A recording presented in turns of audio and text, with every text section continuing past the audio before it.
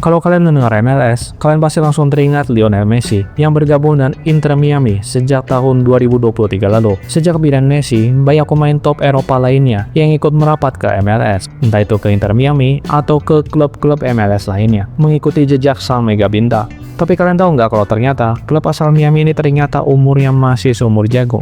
Inter Miami baru didirikan pada tahun 2018 dan bahkan baru mulai bermain di MLS pada tahun 2020.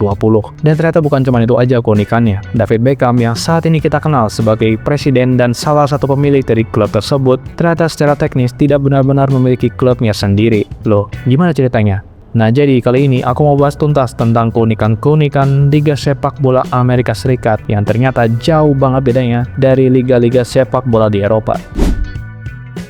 Ternyata, fakta bahwa Inter Miami adalah klub baru sebenarnya tidaklah aneh jika kita melihat sejarah dari MLS itu sendiri. Karena ternyata MLS baru didirikan pada tahun 1996 sebagai syarat agar Amerika Serikat bisa menjadi tuan rumah Piala Dunia 1994. MLS hadir untuk menggantikan liga sebelumnya yang disebut sebagai North American Soccer League, yang kala itu sangat populer di era tahun 70-an, namun akhirnya bubar pada tahun 1984. Ketika NASL runtuh, banyak klub profesional di Amerika Serikat ikut bubar bersamanya dan meninggalkan kekosongan selama bertahun-tahun. Itulah sebabnya ketika MLS lahir, sebagian besar pesertanya adalah klub-klub yang benar-benar baru didirikan pada era tahun 1990-an, bahkan hingga tahun 2010-an. Ini sangat berbeda dengan di liga-liga Eropa, di mana banyak klub sudah berusia lebih dari satu abad.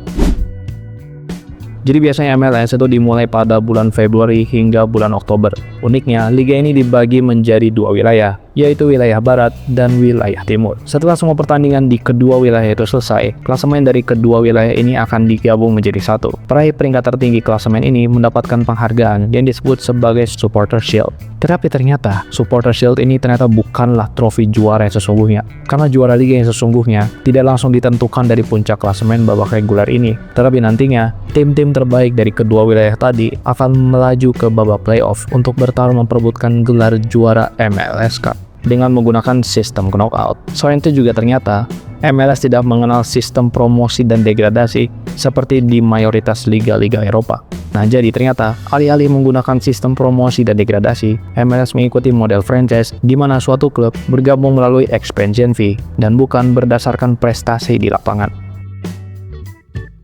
Tadi kan aku bilang kalau David Beckham bersama dua pemilik lainnya sebenarnya tidak punya kontrol penuh atas Inter Miami. Jadi siapa sebenarnya pemilik dari klub ini? Jawabannya ternyata adalah pihak MLS itu sendiri. MLS memiliki struktur entitas tunggal, yang artinya secara hukum MLS memiliki dan mengontrol penuh semua tim yang ada di liga itu. Para investor seperti David Beckham, statusnya mungkin lebih seperti operator investor. Mereka memang diperbolehkan menjalankan operasional klub sehari-hari, tetapi tidak bisa mengambil keputusan struktural sendiri, seperti menjual klub atau menegosiasikan kontrak pemain atas sama klub. Karena semua keputusan besar dikontrol secara terpusat oleh liga. Sistem ini memungkinkan MLS untuk menerapkan batasan gaji di setiap klub. Tapi ternyata masih ada kelonggaran dalam hal ini. Karena setiap klub masih diperbolehkan untuk merekrut maksimal 3 pemain bintang dengan gaji yang boleh melampaui batasan tersebut. Aturan yang dikenal sebagai Designated Player Rule ini yang membuka jalan bagi pemain sekelas Messi untuk bisa bermain di MLS dengan gaji yang fantastis. Jadi gimana guys, pendapat kalian tentang sistem Liga MLS ini?